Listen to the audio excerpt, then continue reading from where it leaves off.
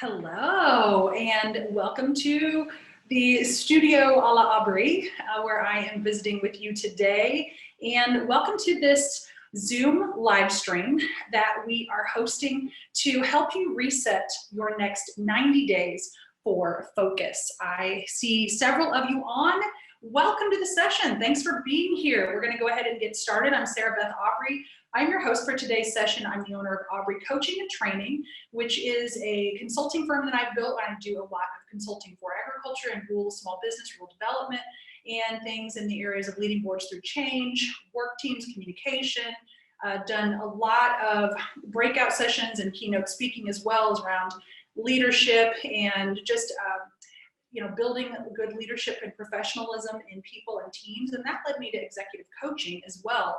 Around probably 6 years ago now, I started doing that and have gone ahead and earned certifications through ICF, International Coaching Federation, with that. And I also own a group that some of you are familiar with called Elevate Ag, which is the peer innovation network that I founded for farmers. And we're launching a CEO network, although like today's topic, that has gotten a little delayed. So I practice what I preach when I teach sessions, guys and gals. We're talking about resetting your next 90 days. I'm doing the same. So I hope this is a productive session for everyone today. If you would like in the chat, I'll keep trying to check the questions. I'm moderating alone today. So if you have a question, let me touch the chat box here to make sure it is working. There it is.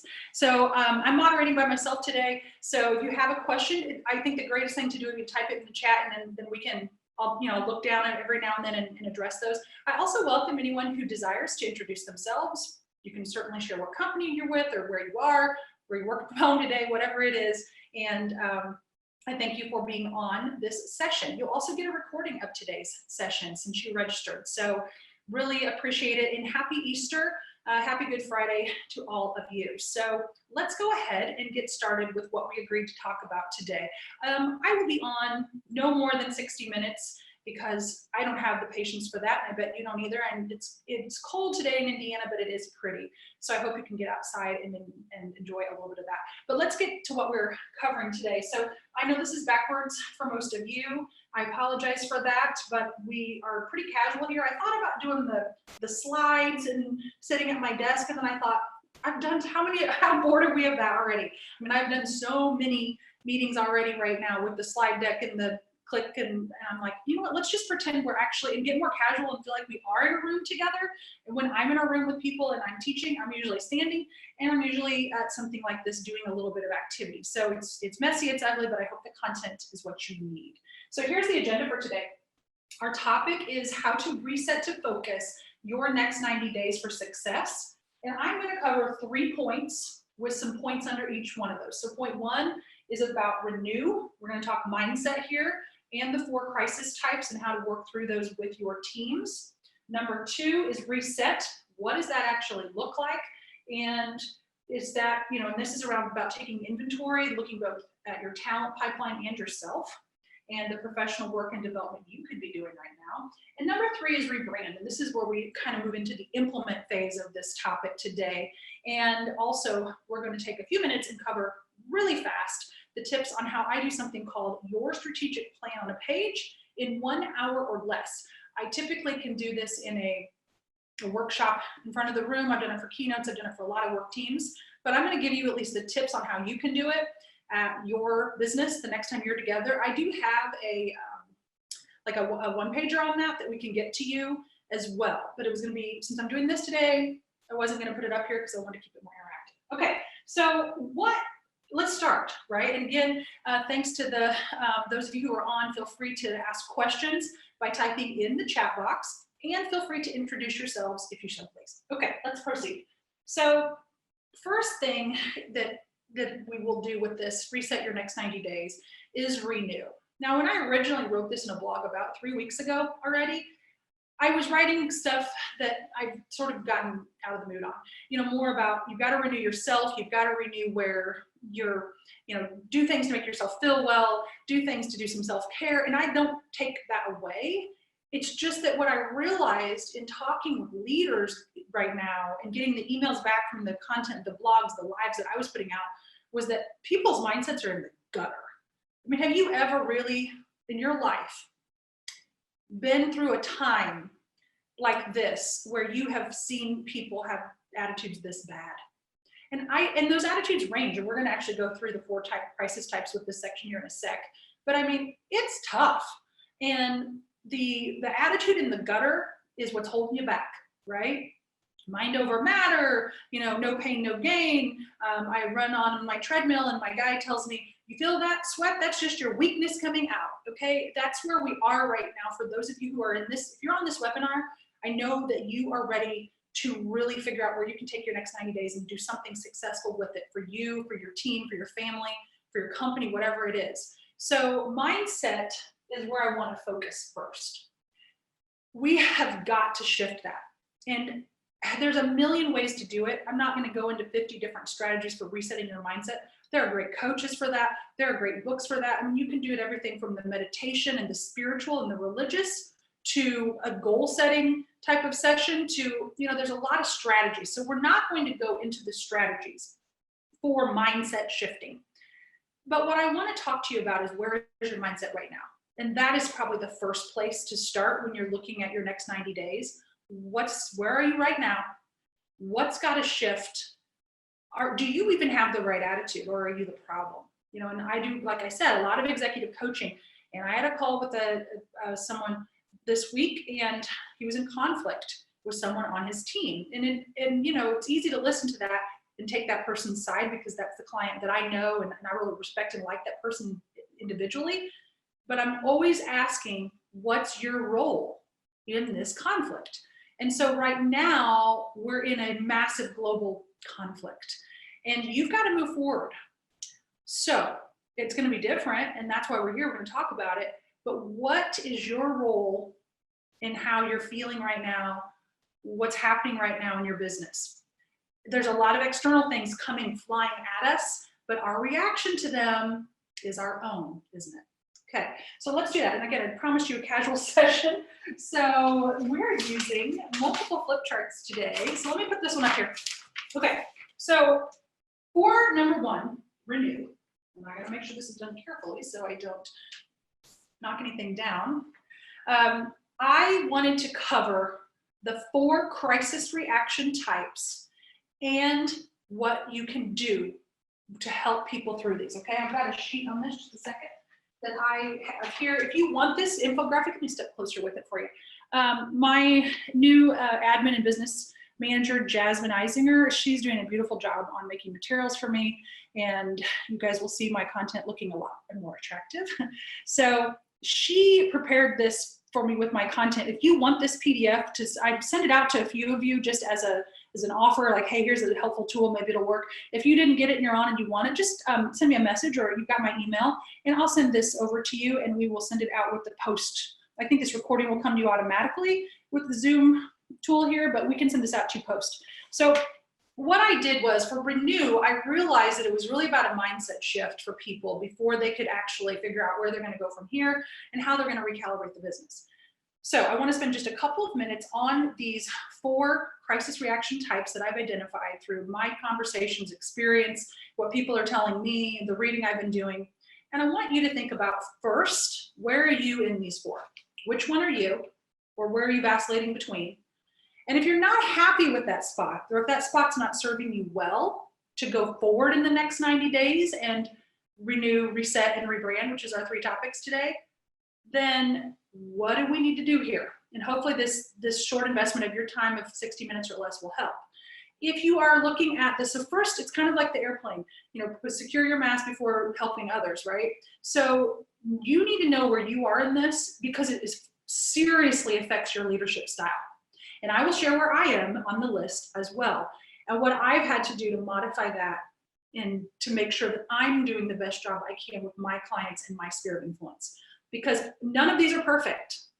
They're just reaction types. Some of them have more ability to move forward quicker than others, but they all have some flaws. And let's just get into them, okay? So I put them up here in an ugly format. The 4 crisis reaction types are hide and hunker, conformist, fence rider, and vanguard.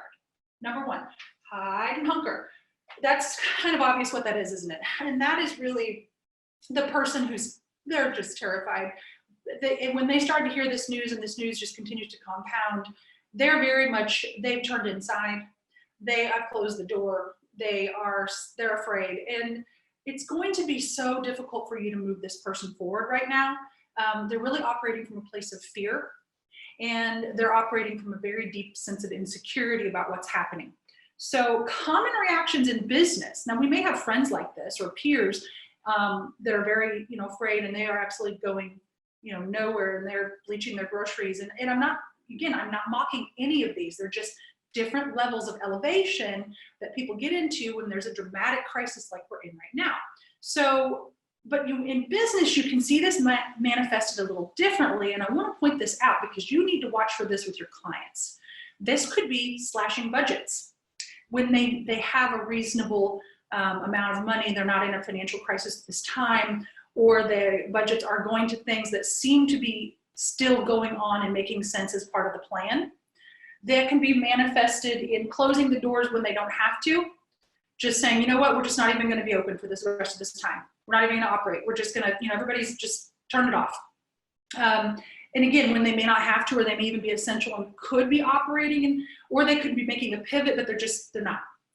And the other one, probably the most obvious I'm seeing with clients right now, and I'm telling you, these 4 categories affect every level of employee and leader. There are CEOs in Hide and Hunker, and there are CEOs in Vanguard. It does not discriminate by level of position at all. And that's why I think it's important for you to recognize this with your customer base, with your sales team. A couple of you I know, have work in sales. You can recognize this at all levels. It is not a discriminatory thing between, CEOs are all Vanguards, they're toughing it out. No, there's hiders out there, and they're afraid, and you can do what you can to support them, to build them up, and to encourage them. Now, I'm going to be honest with you, this is a hardcore, but this is a business session, so I'm just going to share it from that point of view. You need to call these folks, you need to support them, but they're probably not worth a ton of your investment in time right now to try to push them to go to a new place. Why? One, they're going to have to get a little bit more confident in how they're going forward. And 2, if you're real aggressive with the hide and hunkers right now, when they're in this deep place of fear, it's going to be off-putting.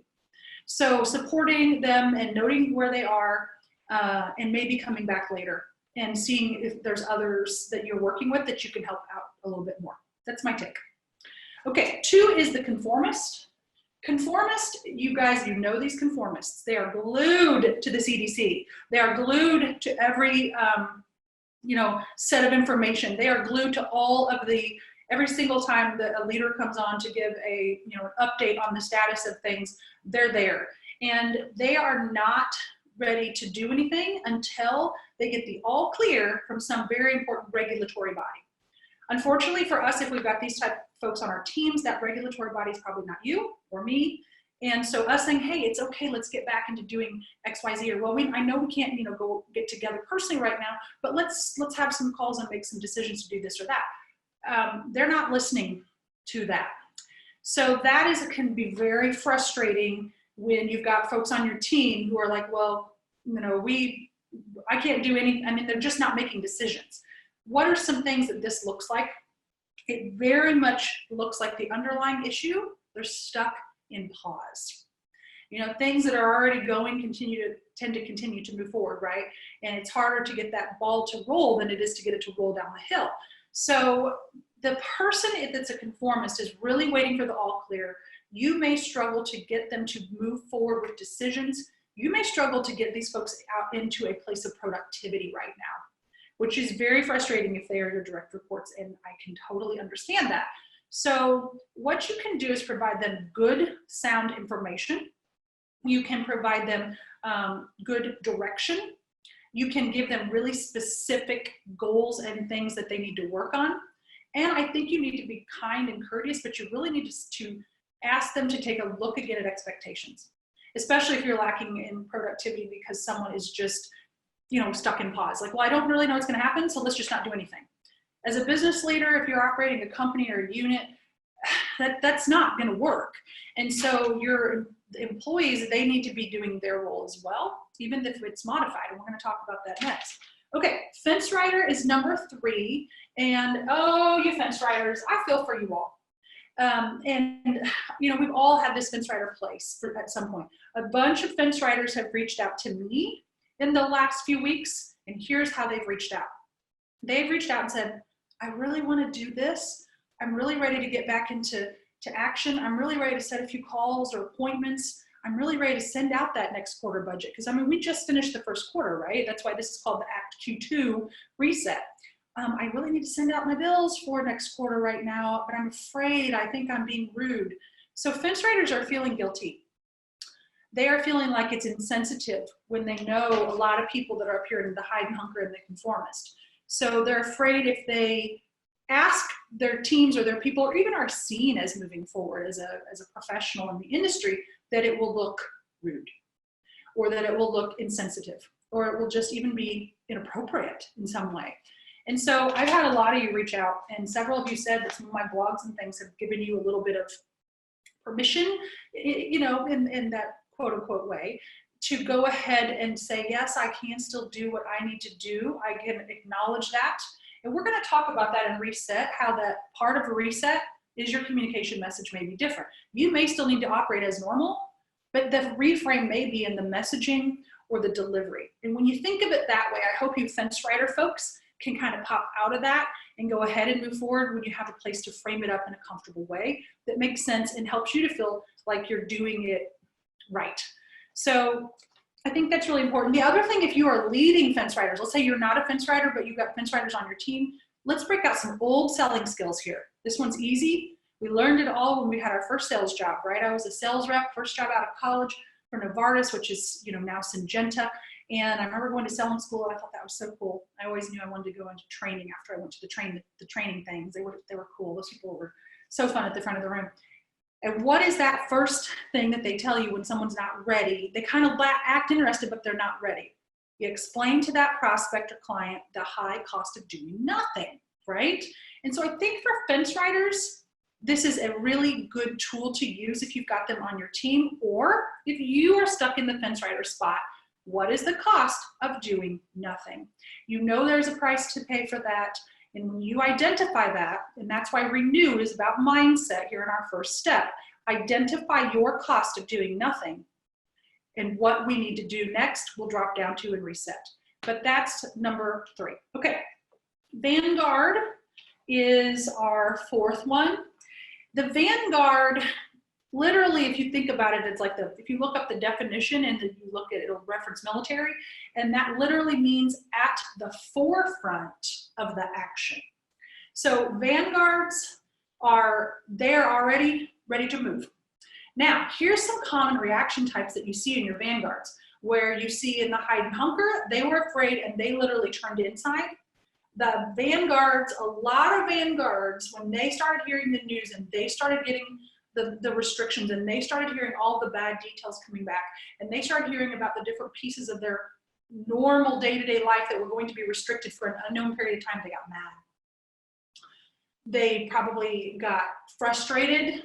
They may have even felt like a nausea and just an ire. Vanguards typically will go from ticked to defiant. I mean, I had a friend who's a Vanguard, and we had a trip planned. It didn't happen. And I'm a Vanguard too, so it takes one to know one.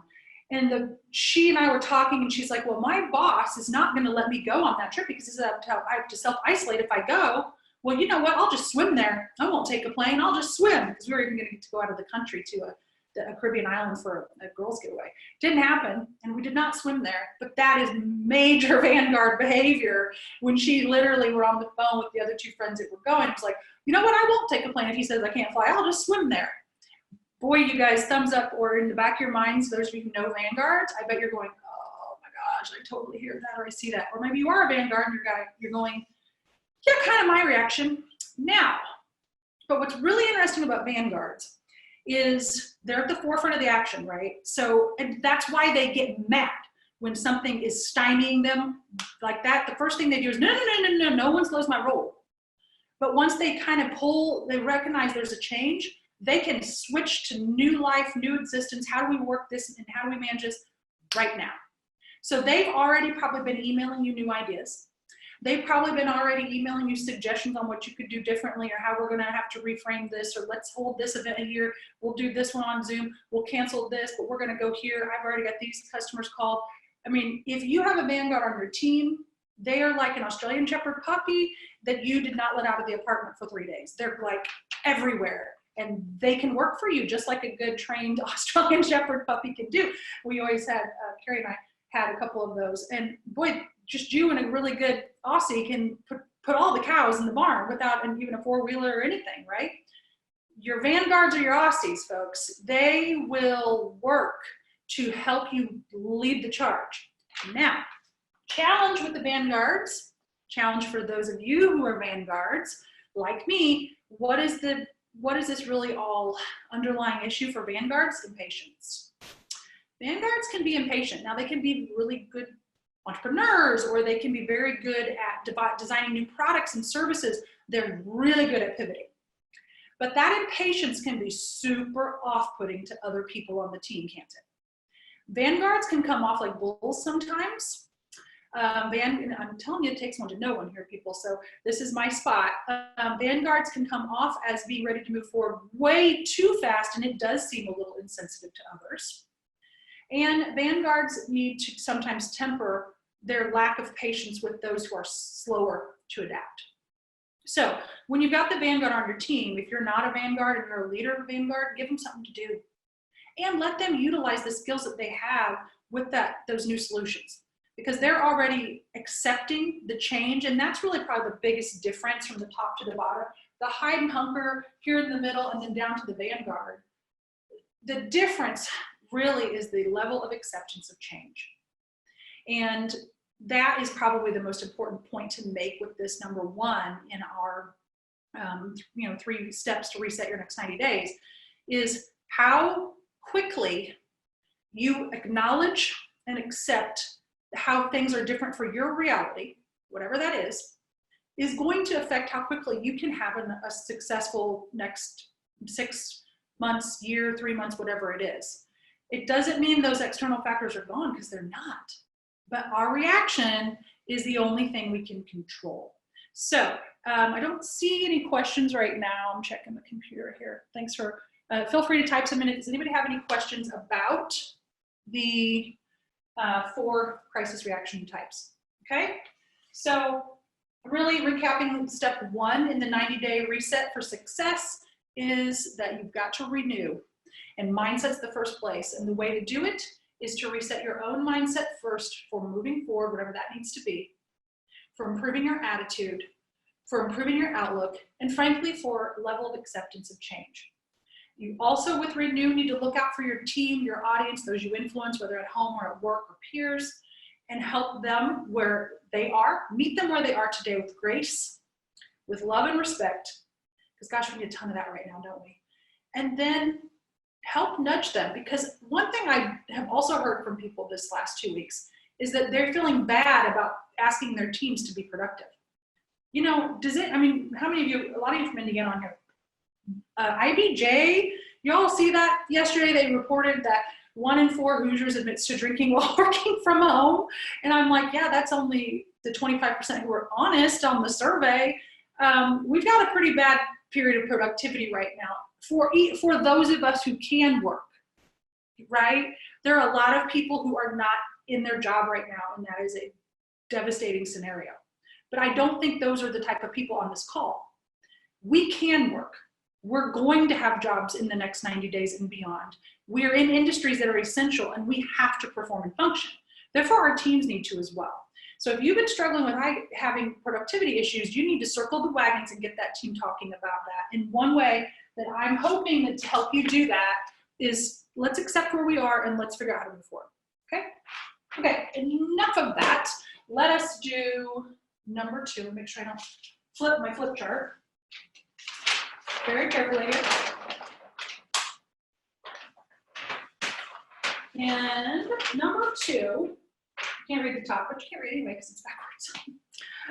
Not perfect at all, but we're here. So number 2 in the 90 days to refocus for success is simple. It's reset.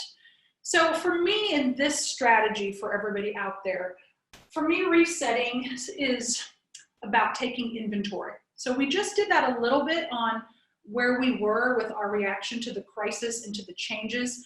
Now, let's really take inventory of what is, okay? I mean, think about all the companies, big organizations, stock market listed organizations that are doing this right now. What's happening with those right now? Anybody read the Wall Street? I do.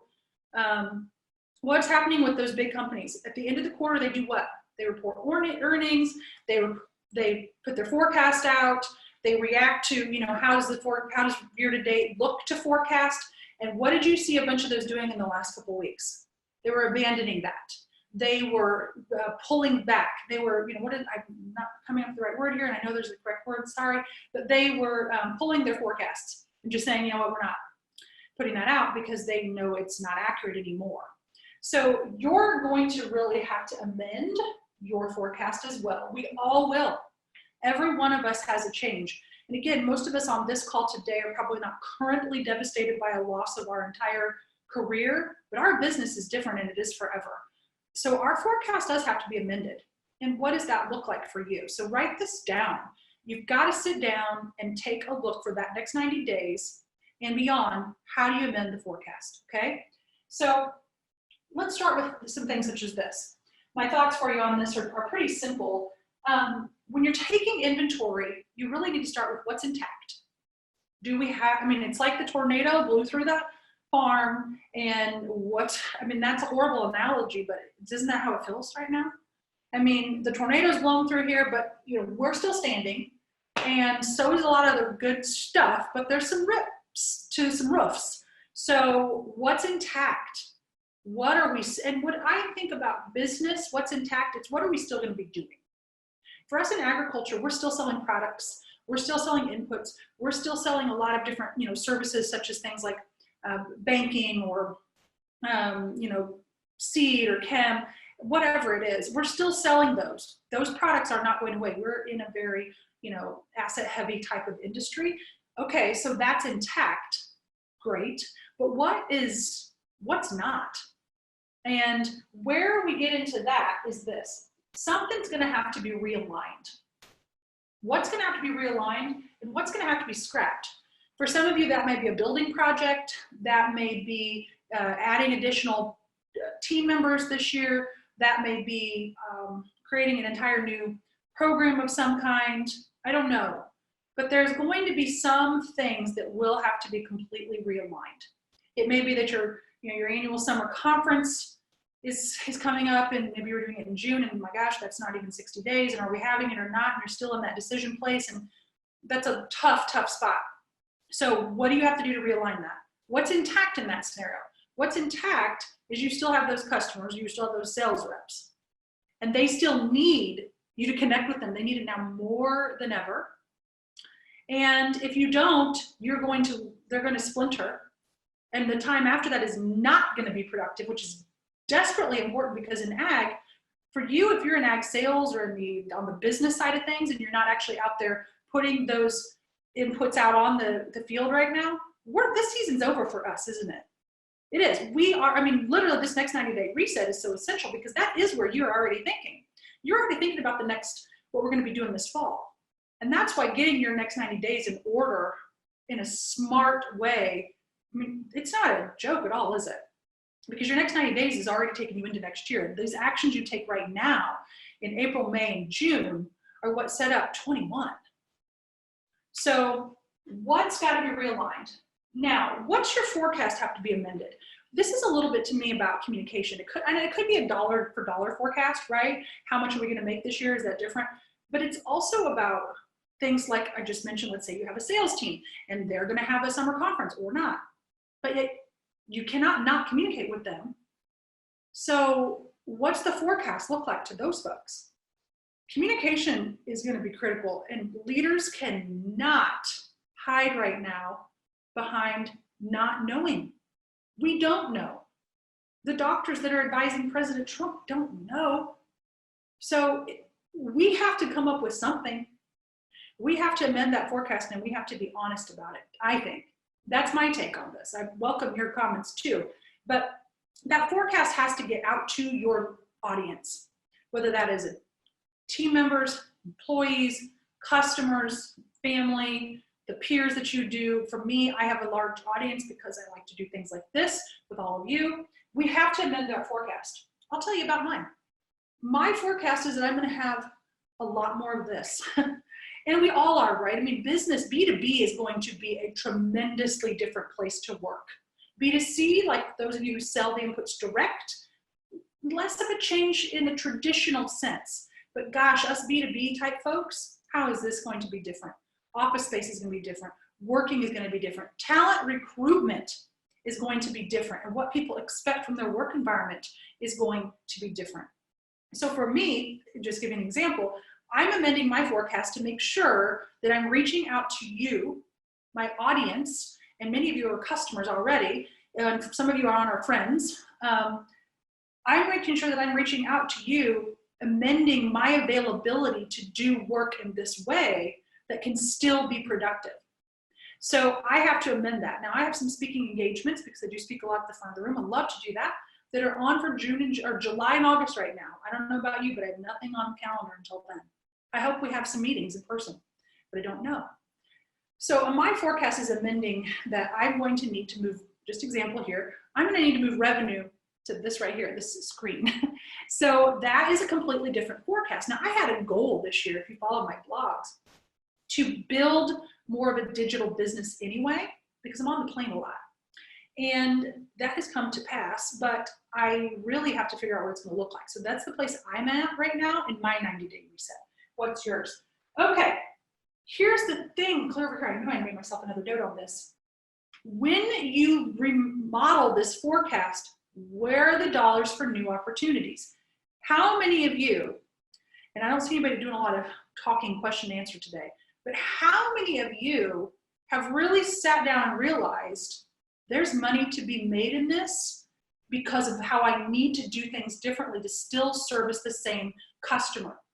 That is not a crappy thing to say, and I hope you don't think that it was. I'm not talking money to be made because you're taking advantage of something horrible. No, I'm saying there may be a way that you do business in an ethical, smart way that makes your entity money because you're doing it in a different way. So for me, this is the perfect example. There is an opportunity for more people to take advantage of my digital programs, my online coaching groups. This is that's just an example that's correct. What are you guys doing like that? You know, ag, we spend way too much time pounding our heads about being brick and mortar. Yes, our customers are running big equipment and they're putting stuff in the ground and they're feeding mouths that make food. We know this. But you got to get out of that as the only way that you can service them for a profit, and you can service them for their needs to be met.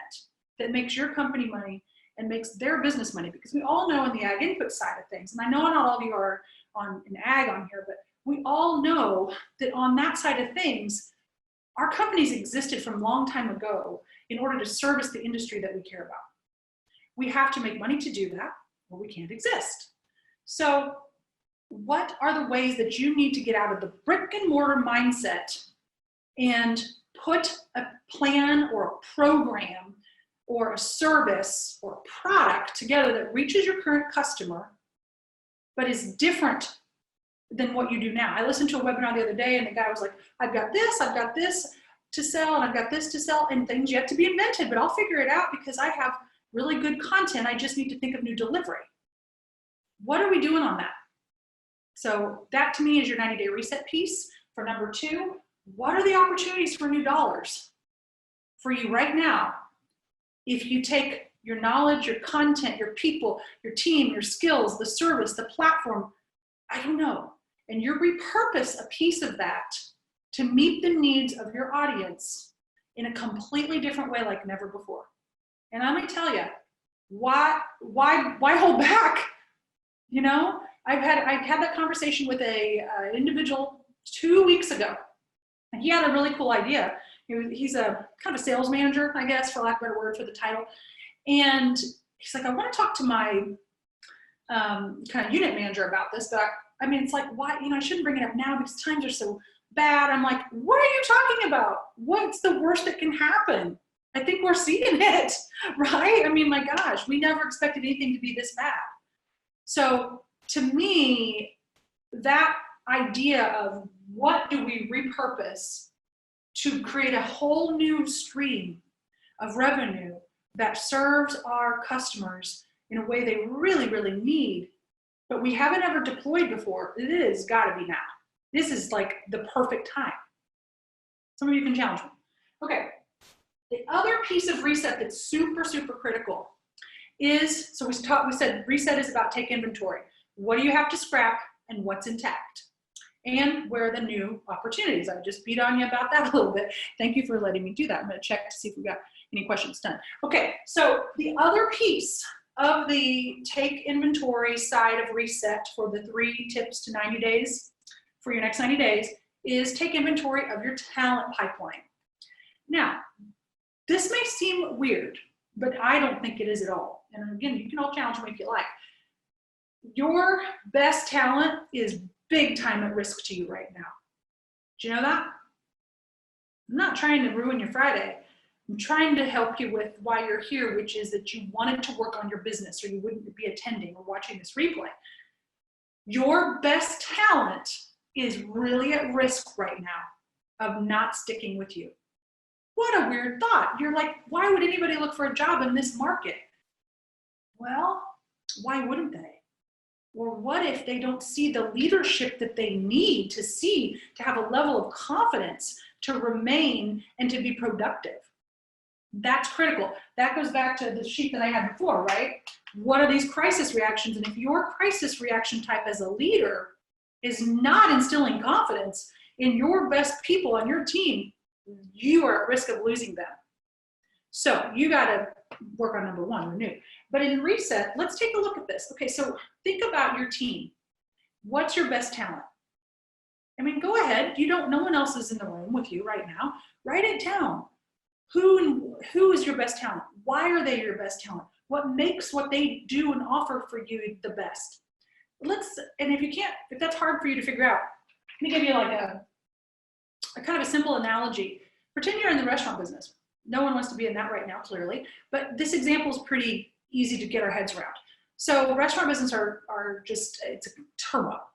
But if you own a high-end steakhouse in downtown Indianapolis, and what you had to do to lay off an awful lot of people because you closed for the temporary period of time, you probably retained your chef, right?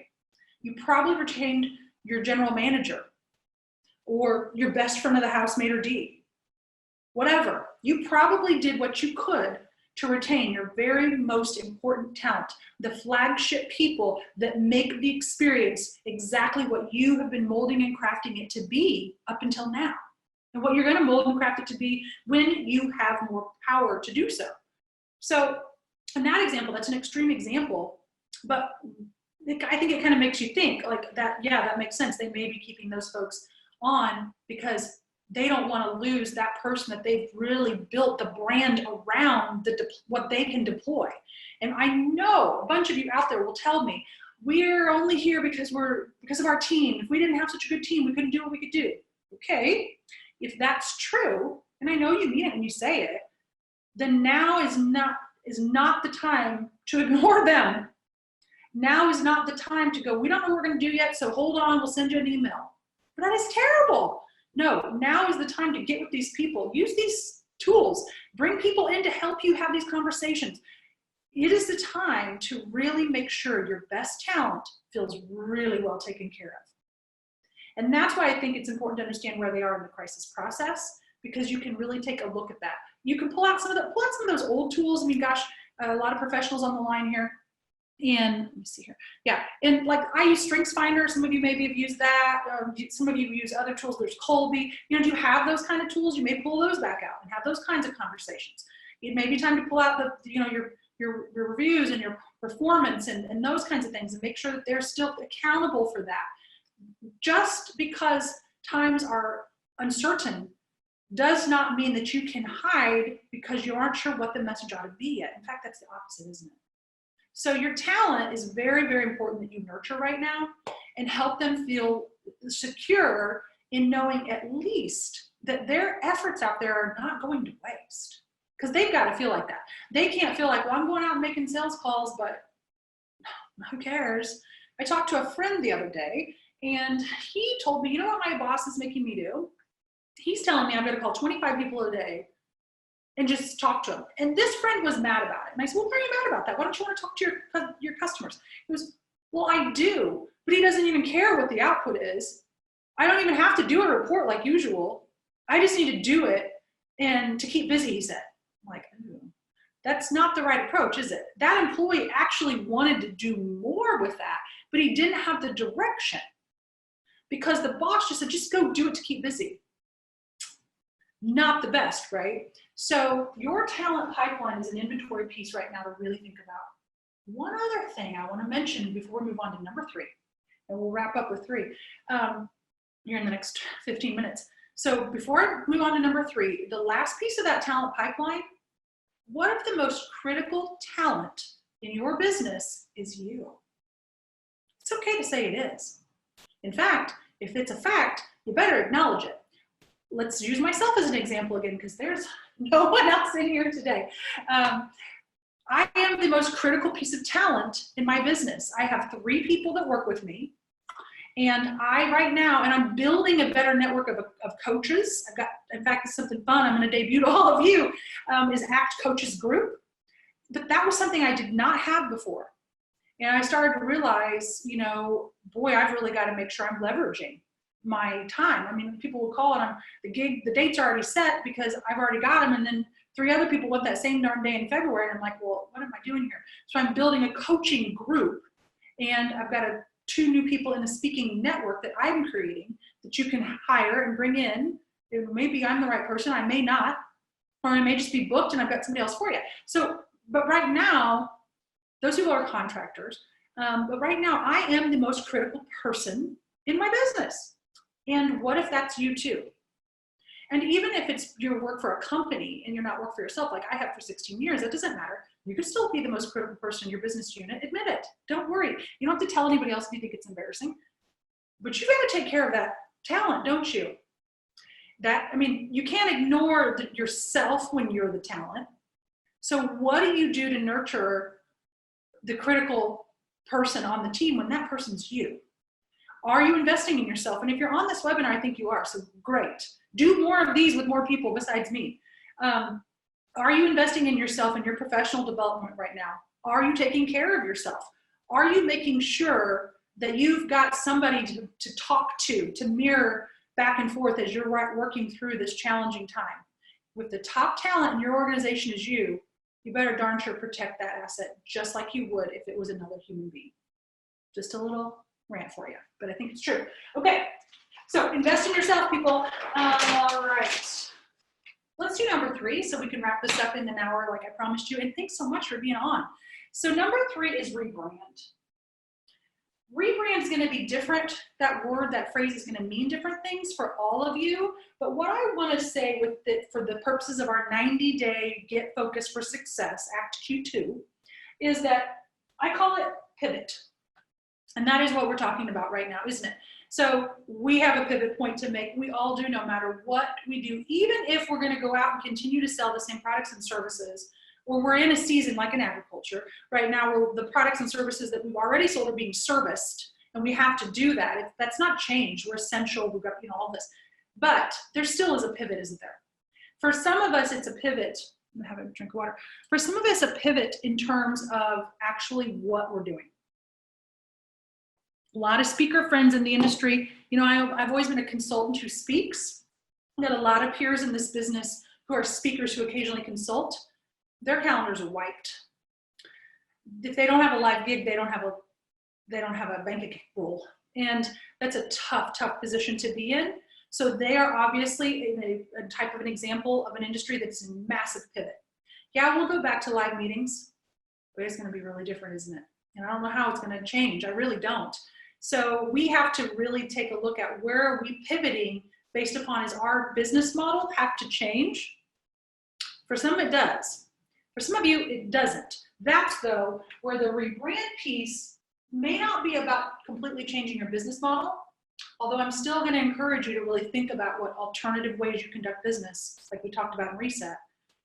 But for you, your business pivot May not be a completely new, okay, we're getting out of the seed industry. Oh, we're getting out of hogs. It may not be that, but it may be, and it probably is, I'm just going to say, that you are going to have to pivot your messaging, pivot the way you communicate, or something like that.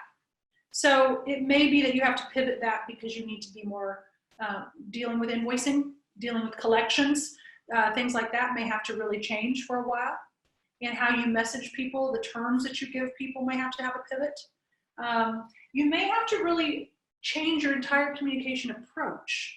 This is really important if you got sales teams out there, because I heard, you know, I was speaking for a sales team last summer, and we had, if you're an ag, you remember 19, right? No plant 19, whatever. It was in the summer, so it was still like half no plant. And one of the sales guys was like, I'm sorry, but I know I'm supposed to be going out, but I just feel bad trying to sell people fungicide when they've already had this problem. And the agronomist about threw a fit, and he rightly so, right? He said, so you're going to not do your job to provide an opportunity to help improve that customer's crop with the knowledge that you have because you're afraid that it will hurt their feelings? I was like, I don't even need to do my job here. He just did it for me. But that's kind of where we are right now with this communications messaging. You may have to change the message. And see, that's what that agronomist did for that sales rep. He changed the message for him so it was a message of value, of service. Instead of, hey, I'm here to sell you something. No, he wasn't. He's here to provide consultative information of value that can improve his bottom line, right? So you need to be working with your teams about how they are pivoting the message, how they are pivoting their communication styles, and communication regularity may need to change too.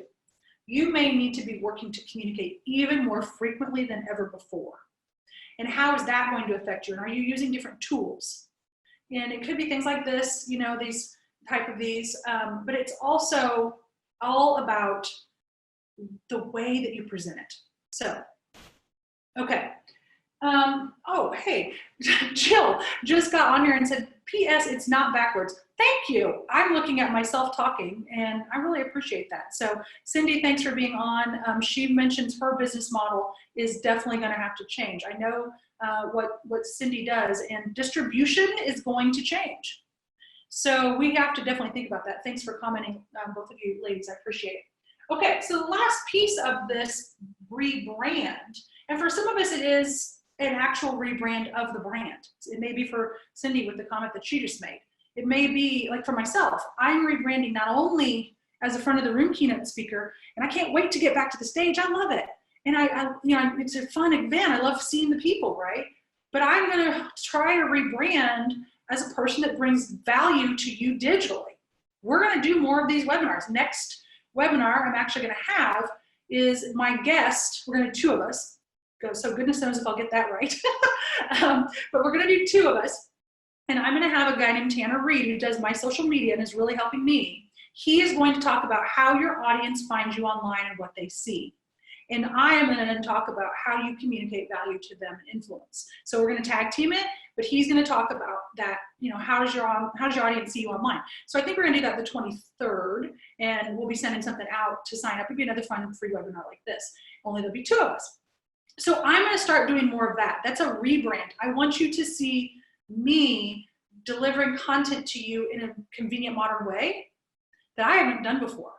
So what are the things you have to do to rebrand, even if you're still offering a lot of the same intellectual capital or the actual physical product? Okay, one way to get started on that, let's cover this and we'll finish up today, is this. I have a graphic on this. If you want it, message me, please, and I will get it to you for sure, at least by Monday. So I do a course, it's a short course called Your Strategic Plan on a page in 1 hour or less. This is a really good, I actually time people when I do it, and I want to walk you through how you can do this exercise at home or at the office or on Zoom or whatever we're doing, right? So this is a timed exercise if you do it right, which makes it fun and can make it pretty different.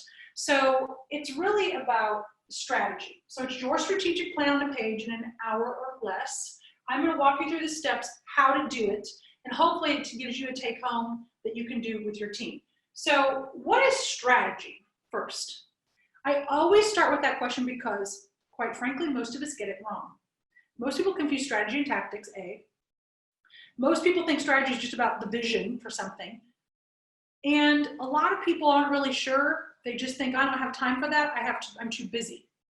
But strategy here is the simplest definition I've ever seen. And I use it all the time, and I hope you will too. Strategy is a decision-making process that you go through to direct the use of your resources. Does that make sense? It really does, doesn't it? Strategy is just the set of decisions that you make to maximize your resources.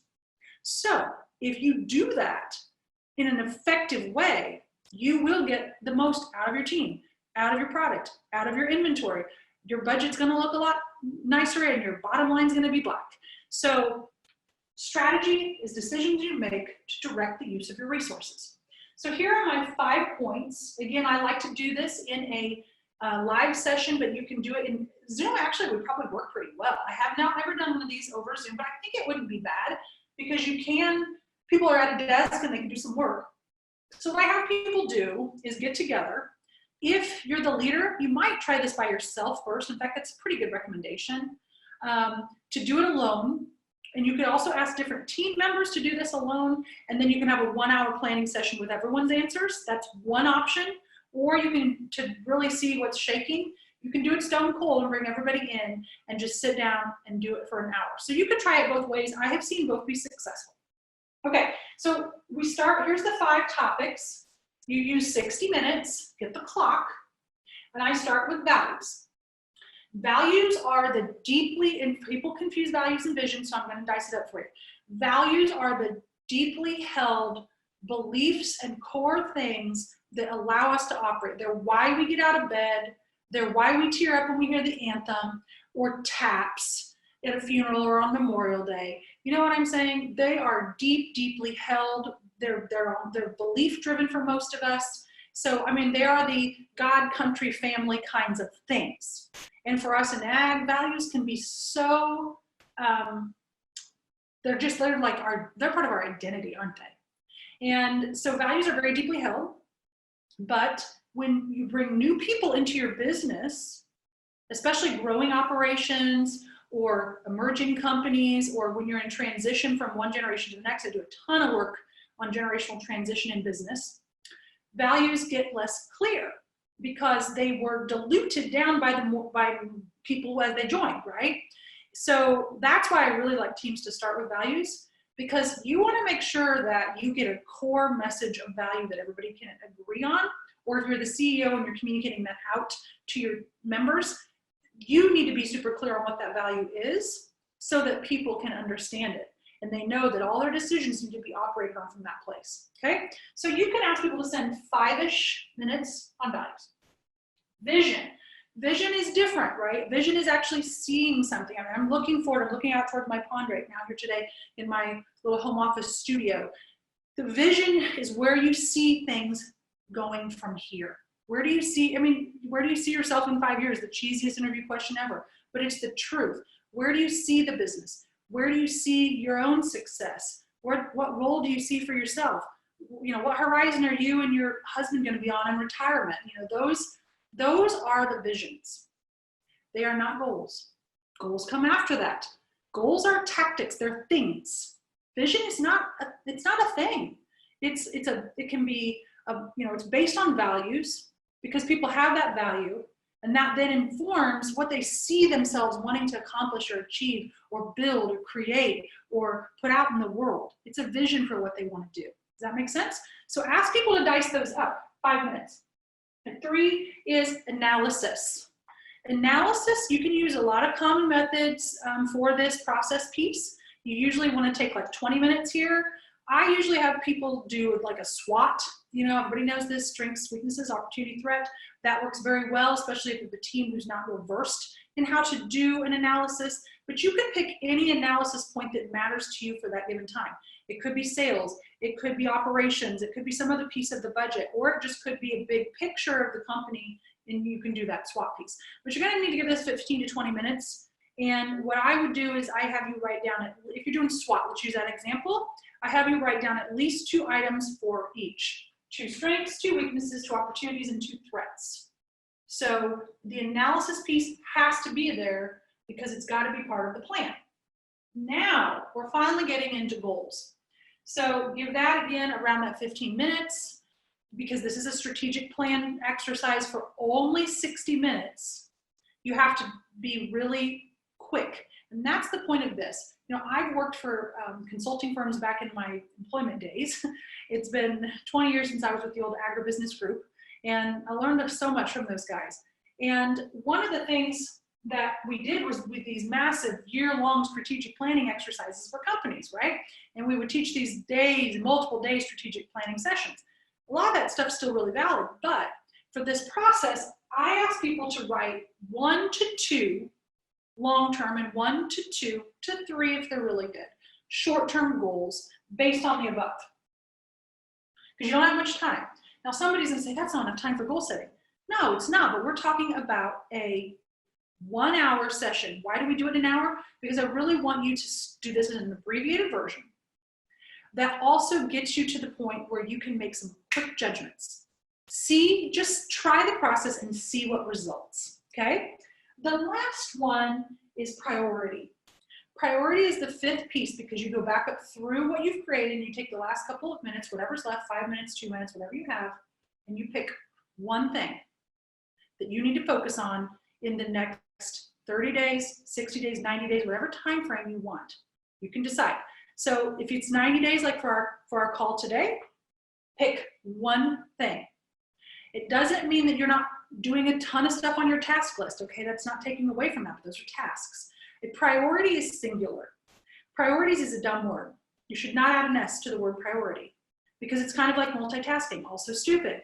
You can't do a lot of things at once well. You can do some different things at one time, but it's like juggling and it looks pretty funny. So priority is singular. And so I leave you with that piece to kind of noodle on over the weekend. Once you've done this plan on a page idea, what's the top priority? So that's a good place for us to conclude today. What is your top priority for the next 90 days? What's your business really need? What's the leadership choices that you need to make? How do you impact where you want your team and your organization to go from here? I hope that this has been helpful. I hope that you've gotten value out of your time investment. It has said recording the whole time we were here, so hopefully that worked and you will get this sent to you. If you want more information from me about one of the plan on the page graphic or the crisis reaction types, or want to learn more about how I can possibly work with you in more detail, I welcome the connection. And so thank you for being here, and I wish you a really wonderful, happy, and safe Easter. Talk to you soon.